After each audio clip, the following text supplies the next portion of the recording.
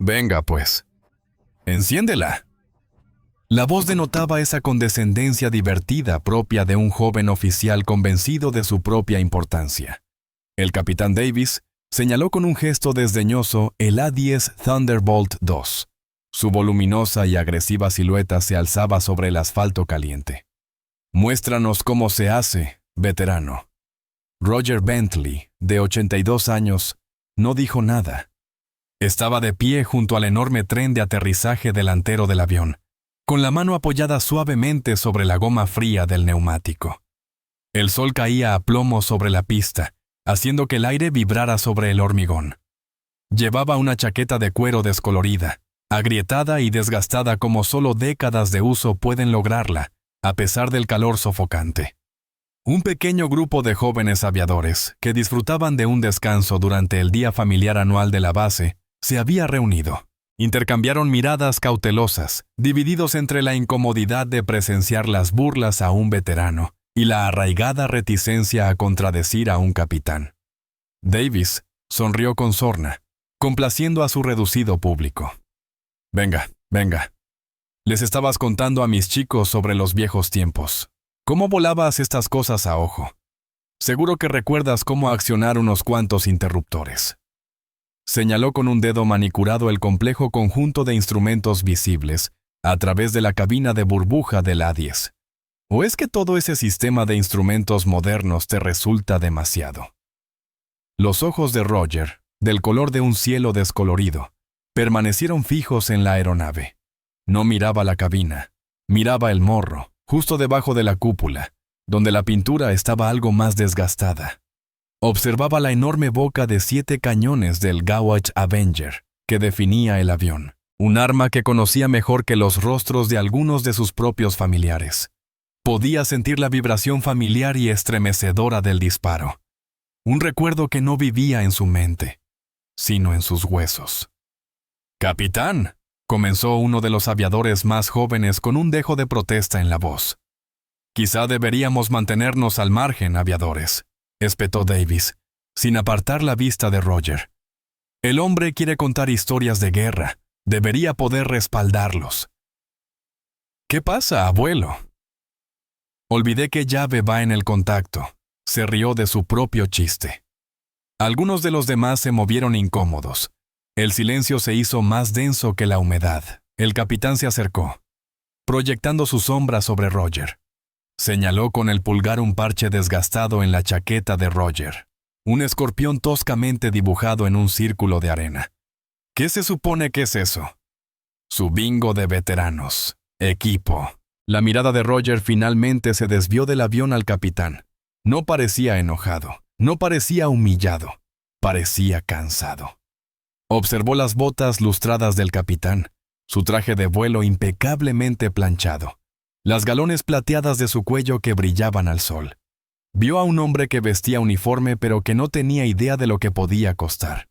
Un hombre que vio una leyenda frente a él y solo percibió una molestia. La unidad de potencia auxiliar requiere una comprobación en tierra antes de la secuencia de encendido, dijo Roger con voz ronca y grave, no dirigiéndose al capitán, sino al propio avión. La presión hidráulica debe mantenerse estable en 3000 psi. No basta con girar una llave. La precisión técnica de la afirmación pareció desestabilizar momentáneamente a Davis. Se recuperó rápidamente. Su sonrisa burlona volvió a aparecer. «Oh, tenemos aquí a un verdadero experto. Mire, señor, esta es una zona restringida. El avión es una exhibición estática para el evento. Le voy a pedir que se aparte, por favor, y deje que mi equipo vuelva al trabajo». Cambió el tono, adoptando la cadencia pausada y alta de quien habla con un niño o con alguien a quien considera ingenuo. «Este es un avión muy caro y muy peligroso. No podemos permitir que civiles se suban a él». La mano de Roger se apartó del neumático. Su postura no cambió, pero una quietud se apoderó de él. La clase de calma absoluta que precede a la tormenta. Había sido invitado por el comandante de la base, al Día de la Familia como uno de los pilotos originales del ala. Había salido a la pista de vuelo simplemente para estar cerca de la máquina que había sido su compañera, su escudo y su arma durante los días más angustiosos de su vida. No había hablado con nadie hasta que los jóvenes aviadores de Davis se le acercaron con genuina curiosidad, preguntándole por su chaqueta. Fue Davis quien lo interrumpió, con el ego hirviéndose al ver a sus subordinados prestando atención a una reliquia. «No soy civil», dijo Roger en voz baja. Davis soltó una risita incrédula. «Claro.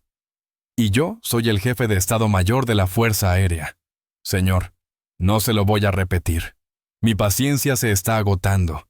Muéstreme su pase de visitante y luego regrese a la zona pública». La exigencia era un insulto descarado, una clara insinuación de que Roger era un intruso que, de alguna manera, se había colado en la pista de vuelo. La multitud era ahora mayor. Familias y otros miembros del personal, conmovidos por el enfrentamiento, observaban el drama a una distancia respetuosa. La escena era impactante. El joven capitán, con su mirada llena de anhelo, su figura angulosa y su metal pulido. Y el anciano, curtido por el sol y desgastado como el cuero de su espalda, de pie frente al avión de ataque a tierra más letal jamás construido. Davis disfrutaba de la atención. Lo veía como una simple cuestión de hacer cumplir las normas, de poner en su sitio a un anciano confundido. No tenía ni idea de que se encontraba en tierra sagrada, en presencia de uno de los dioses de aquella particular iglesia de acero y fuego. Veía a un anciano, no al fantasma de un comandante veinteañero, que había pilotado aquel mismo avión a través de cielos densos, bajo fuego antiaéreo.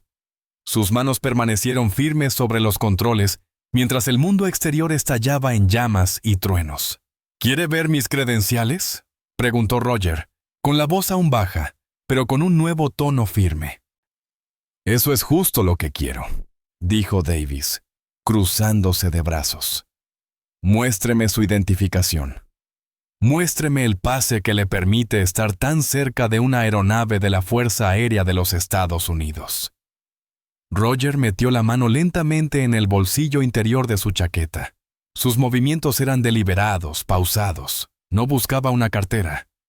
La expresión de suficiencia de Davis empezó a flaquear, reemplazada por un destello de incertidumbre. ¿Qué podría tener ese anciano en su chaqueta que pudiera cambiar la situación? Por un instante, un pensamiento descabellado y paranoico cruzó la mente del capitán. ¿Se trataba de algún tipo de amenaza a la seguridad? Instintivamente se llevó una mano a la cadera, más cerca de donde llevaría su arma si fuera policía de seguridad. «Vacíen los bolsillos despacio», murmuró la multitud. La situación había escalado de burlas a un tenso enfrentamiento. El joven aviador que había intentado intervenir antes ahora estaba pálido. Esto era ir demasiado lejos y él lo sabía. La situación se le estaba yendo de las manos. Cuando Roger sacó la mano de la chaqueta, Davis la miró fijamente, pero la clave estaba en el parche de la chaqueta, aquel del que acababa de burlarse, el escorpión descolorido. Por un instante, las costuras color arena parecieron difuminarse. En la mente de Roger, el calor sofocante del asfalto fue reemplazado por el frío penetrante de la cabina de un avión a gran altitud. Zumbido agudo de dos motores turbohélice General Electric y el crepitar de la radio en su casco. El mundo no era una base aérea pacífica. Era un valle desértico caótico, una trampa mortal plagada de tanques enemigos. Podía verlos a través de su cápsula de designación de objetivos. Tanques T-72 de la Guardia Republicana estaban atrincherados, esperando para emboscar a una columna de infantería ligera estadounidense. La radio emitía un sonido ensordecedor. Una voz joven, presa del pánico y la desesperación, preguntó: ¿Hay apoyo aéreo en la zona? Soy Ranger 6. Estamos atrapados. Nos están disparando intensamente. Nos están superando en número. Roger apretó el gatillo de su palanca de control con el pulgar. El mundo exterior se desvaneció ante el rugido ensordecedor del cañón Avenger. Una ráfaga continua de proyectiles de uranio empobrecido de 30 mTm. Una manguera de metal incandescente se estrelló contra la tierra. El suelo estalló. Las torretas de los tanques fueron arrancadas de sus cascos. El recuerdo no era una imagen, sino una sensación física. El avión se sacudía violentamente. El olor acre a combustible quemado llenaba la cabina. La macabra satisfacción de ver cómo las amenazas para los hombres en tierra se evaporaban en bolas de fuego y humo negro. Recordaba el destello de un misil tierra. Aire. El impacto contra su ala derecha. La frenética lucha con los pedales del timón para mantener en vuelo a la aeronave averiada. Ese día se ganó el parche. No era una insignia de unidad. Era un regalo. Una deuda de sangre saldada por un capitán del ejército agradecido, quien juró que debía su vida y la de sus hombres al Warthog, que había descendido del cielo como un dios furioso. Sus ojos volvieron al presente, al rostro arrogante e ignorante del capitán Davis. Ya había oído suficiente. Uno de los aviadores entre la multitud, un suboficial llamado García, que trabajaba en mantenimiento de aeronaves, había estado observando la escena con creciente temor. Era un apasionado de la historia. Conocía los números de serie de los aviones históricamente significativos del ala. Conocía las historias que las rodeaban.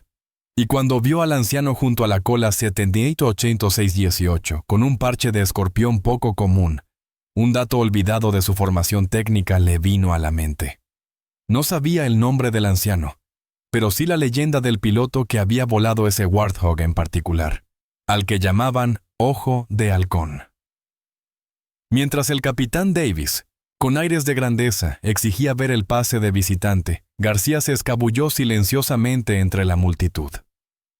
Sacó su celular y sus dedos se deslizaron velozmente por la pantalla. No llamó a seguridad. Sabía que eso solo empeoraría las cosas. Llamó a la única persona en la base que comprendería la gravedad potencial de la situación. El sargento mayor Wallace, el suboficial de mayor rango del ala. Un hombre que respetaba la historia más que el rango. Contestaron al segundo timbre. «Jefe Wallace». «Jefe, soy el aviador de primera clase García del 355 OAMXS», dijo con voz baja y urgente. Describió rápidamente la escena. «Señor, el capitán Davis está confrontando a un veterano anciano cerca del Warthog 618. Está siendo increíblemente irrespetuoso. Lo que pasa, jefe, es que el anciano lleva un parche de escorpión de arena y está de pie junto al avión de Dead Eyes». Hubo un momento de silencio sepulcral al otro lado de la línea. García pudo oír el leve crujido de una silla al moverse, el susurro de papeles. Cuando el jefe volvió a hablar, su voz era tensa, desprovista de toda cortesía. «¿Cuál es el nombre del veterano, aviador?» «No lo sé, jefe. El capitán no deja que nadie hable con él. Lo está tratando como a un intruso. Quédese ahí. No intervenga. No deje que ese capitán mueva al veterano». «Voy para allá y traigo al coronel». La línea se cortó. García volvió a observar la escena. Davis, envalentonado por el silencio de Roger, estaba a punto de cruzar una línea sin retorno. El público ya lo sentía en el ambiente.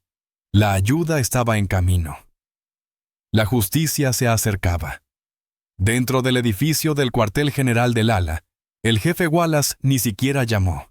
Irrumpió en la oficina del comandante del ala, el coronel Matt, un hombre conocido por su calma, serenidad e imperturbabilidad. Estaba reunido con el personal discutiendo la logística de un próximo despliegue. «Señor, tiene que ver esto», dijo Wallace, interrumpiendo la conversación en voz baja. Se dirigió al escritorio del coronel y abrió un portátil con una página web ya cargada. Era el archivo histórico digital de la base, abierto en una página dedicada a la Operación Tormenta del Desierto. En la pantalla aparecía una foto granulada y descolorida por el sol de un piloto mucho más joven, sonriendo apoyado en el fuselaje de un A-10. Debajo de la foto figuraba un nombre: Mayor Roger Dead Eye Bentley. El perfil detallaba sus logros, la matrícula de su avión, IS 107806-18, y su último estado conocido: retirado, residente en la zona. «Jefe, ¿qué significa esto?», preguntó el coronel con voz molesta por la interrupción. «El aviador García acaba de llamar desde la pista. El capitán Davis está acosando públicamente a un anciano al que supone un civil perdido. El anciano está de pie junto a ese Warthog. García dice que lleva el parche de escorpión color arena no reglamentario, mencionado en los informes posteriores a la acción. El rostro del coronel Matt pasó por una rápida sucesión de transformaciones. La molestia se convirtió en confusión, luego en una comprensión incipiente y vinepoticias. Finalmente, horror profundo e intenso. Miró fijamente la imagen en la pantalla, luego a su jefe. Palideció. Conocía el nombre. Todos los pilotos de A-10 conocían el nombre de Dead Eye Bentley. Era un fantasma, una leyenda de la guerra que había forjado la reputación del Warthog. Un hombre que había realizado hazañas con ese avión, que aún se estudiaban como ejemplos de genio táctico y valentía pura en la Academia de la Fuerza Aérea. «Traigan el vehículo de mando», ordenó el coronel Matt con voz grave y amenazante. Ya estaba de pie cogiendo su gorra de vuelo del escritorio. Los oficiales presentes en la sala permanecieron en un silencio atónito. «Dígale al conductor que no respete los límites de velocidad y que me comunique directamente con la torre. Quiero que la pista quede libre de todo el personal no esencial». De vuelta en la pista, el capitán Davis había alcanzado la cima de su arrogancia. La silenciosa rebeldía de Roger lo había enfurecido. La consideraba un último y patético acto de terquedad. «Muy bien, se acabó. Estoy harto de este juego», anunció Davis tanto a la multitud como a Roger. «Te niegas a identificarte. Te niegas a acatar una orden legal de abandonar una zona restringida. No me dejas otra opción», señaló a dos de sus jóvenes aviadores. «Vayan ustedes dos a buscar a las fuerzas de seguridad. Díganles que tenemos un problema, un intruso, posiblemente desorientado, que necesita ser escoltado fuera de la base. Y ya que están ahí», añadió con voz cargada de rencor, «díganles que tengan personal médico de guardia. Puede que necesitemos que este señor se someta a una evaluación médica obligatoria». La amenaza fue la gota que colmó el vaso. Ya no se trataba solo de eliminar a alguien que consideraba una molestia. Amenazaba con despojar a Roger de su dignidad, con que lo sacaran por la fuerza y lo declararan mentalmente incompetente. Todo por el delito de estar junto a su propio avión. Un murmullo de asombro recorrió la multitud. La situación se había tornado desagradable, una humillación pública que se sentía profundamente injusta. Roger finalmente sostuvo la mirada del capitán, y por primera vez, Davis vio en ella algo más que una paciencia cansada. Vio un destello del fuego que había forjado una leyenda en el crisol de la guerra. Era una mirada que había inquietado a los comandantes enemigos y fortalecido la entereza de los hombres bajo su mando. Fue una mirada que decía: «Has cometido un grave error». En ese preciso instante, el estruendo de una sirena rasgó el aire. No era el pitido familiar de un coche patrulla. Era la sirena más grave y autoritaria de un vehículo de mando. Todas las miradas se volvieron hacia un todoterreno negro. Con las luces de emergencia encendidas, irrumpió en el asfalto a una velocidad estrictamente prohibida. El vehículo derrapó hasta detenerse a escasos metros del A-10, levantando una nube de polvo. Un camión de mantenimiento frenó en seco justo detrás. Las puertas del todoterreno se abrieron de golpe. El coronel Matt salió, con el rostro crispado por una furia contenida. Ni siquiera miró a la multitud. Sus ojos recorrieron la escena. Encontraron a Roger Bentley y lo observaron fijamente. El jefe Wallace lo seguía a medio paso, acompañado por un equipo de suboficiales de mantenimiento que se movían con la urgencia disciplinada que indicaba que se avecinaba un evento importante. La multitud, que murmuraba, cayó en un silencio reverente y sepulcral. El capitán Davis lo miraba fijamente, con la boca entreabierta. Había llamado a la policía para que sacaran a un anciano. En cambio, los altos mandos de la base habían llegado como si respondieran a un incendio de gran magnitud. No podía comprender lo que estaba sucediendo. El coronel Matt pasó junto a Davis como si fuera un elemento insignificante del paisaje. No se detuvo, no le dirigió la palabra, ni siquiera reconoció su presencia. Toda su atención estaba puesta en el anciano de la chaqueta de cuero. Marchó directamente hacia Roger, se detuvo a tan solo 1 metro frente a él y se irguió por completo. Entonces, con un gesto que conmocionó a los aviadores allí reunidos, el coronel Matt, comandante del ala, un hombre al mando de miles de personas y una flota de aviones letales, realizó el saludo más rígido e impecable que el capitán Davis jamás había presenciado. No fue el saludo casual que un oficial dirige a otro. Fue un saludo de profundo respeto, casi reverencial. «Señor Bentley», resonó la voz del coronel en la silenciosa pista, nítida y clara. «Es un honor tenerlo en mi línea de vuelo, señor». Roger Bentley miró al coronel, fijándose en el águila plateada de su cuello, y asintió lenta y cansadamente, en señal de reconocimiento. Se realizó el saludo. Matt lo interrumpió y se giró, posando finalmente la mirada en el capitán Davis. Su mirada no era de ira, sino de una fría decepción contenida. Acto seguido, se dirigió a toda la multitud, con una voz que imponía su autoridad. «Para aquellos que no lo sepan», comenzó, con voz resonante y poderosa. «Se encuentran ustedes ante el mayor Roger Bentley, de la Fuerza Aérea de los Estados Unidos, retirado, aunque él sería demasiado humilde para contárselo». Señaló el A-10 que estaba detrás de Roger. «Este no es un Warthog cualquiera. Es el avión con cola 708-618. Este es su avión». El mayor Bentley, conocido entonces como Dead E.G. Bentley, voló este mismo modelo durante más de 2000 horas. Casi la mitad de ellos estaban en combate. Un murmullo de asombro recorrió la multitud.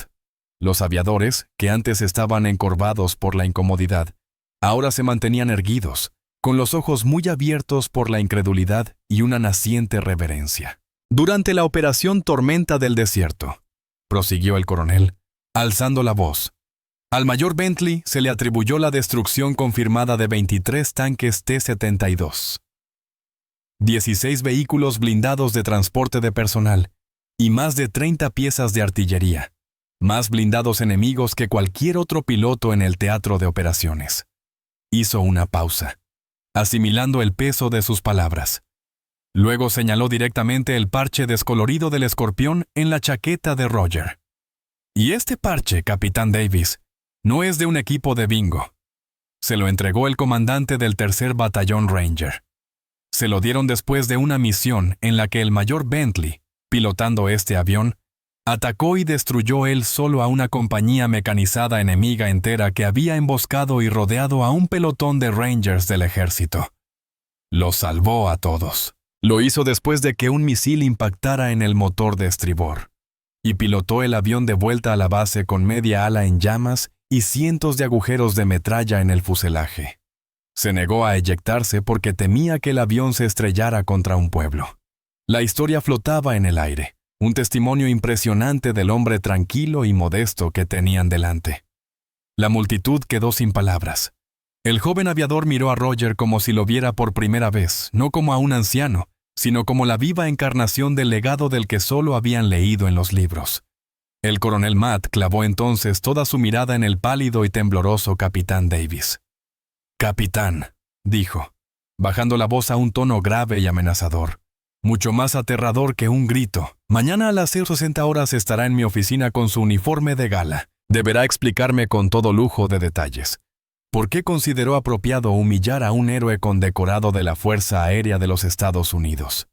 Explicarás tu absoluto fracaso como líder, como juez y como persona. Explicarás por qué aún mereces el privilegio de vestir ese uniforme, porque desde mi punto de vista, hoy lo has deshonrado profundamente. ¿Me explico?» «Sí, coronel», susurró Davis en voz apenas audible. Matt se volvió hacia Roger, y su expresión se suavizó de inmediato. «Señor, en nombre de toda la unidad, le pido disculpas profundamente por la falta de respeto que se le mostró hoy aquí», dijo Roger Bentley finalmente, con voz tranquila y firme, transmitiendo una sabiduría que hizo que todos se inclinaran para escuchar. «Es joven, coronel. Solo ve el uniforme, el rango, las reglas del momento. No ve al hombre que lo portó hace una vida. Mira este avión. y ve una vieja máquina obsoleta. No ve la historia escrita en su fuselaje, las almas que transportó ni las vidas que salvó en tierra. Miró más allá del coronel. Su mirada recorrió al joven aviador. El respeto no consiste en saludar al hombre que tienes delante. Se trata de recordar los sacrificios de todos los que nos precedieron. Sin esa memoria, el uniforme no es más que un disfraz. Mientras hablaba de la memoria, una última imagen, nítida y clara, le vino a la mente. No la del fuego en combate, sino la de la calma posterior. Se vio a sí mismo mucho más joven, de pie en la pista de una base en el desierto saudí, junto a su maltrecho y humeante A-10. Un joven capitán del ejército, con el rostro cubierto de mugre y sudoroso por las lágrimas de alivio, se apretaba un pequeño parche cosido a mano. El parche del escorpión.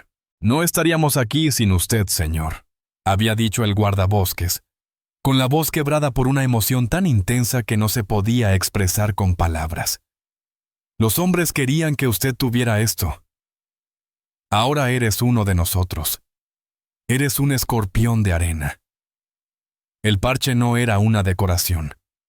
Era un contrato, un símbolo de vidas salvadas, de una deuda que jamás podría saldarse del todo, pero que siempre sería recordada.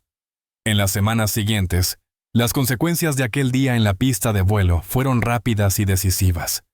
El capitán Davis fue reprendido y reasignado discretamente a un monótono trabajo de oficina en un remoto comando logístico. Su prometedora carrera como piloto quedó prácticamente truncada. El coronel Matt, fiel a su palabra, instauró un nuevo curso obligatorio de desarrollo profesional para todos los oficiales del ala, centrado exclusivamente en la historia de la Fuerza Aérea, con la historia del mayor Roger Bentley y el relato 78-618 como lección inicial. El ala dedicó oficialmente la aeronave, colocando una reluciente placa de bronce justo debajo de la cabina que detallaba el heroico servicio del avión y de su legendario piloto. El mando de la base presentó una disculpa formal a Roger, quien la aceptó con serena elegancia. No quería fanfarrias ni ceremonias. La reivindicación era suficiente. Aproximadamente un mes después, Roger estaba sentado en una pequeña cafetería fuera de la base, leyendo el periódico matutino.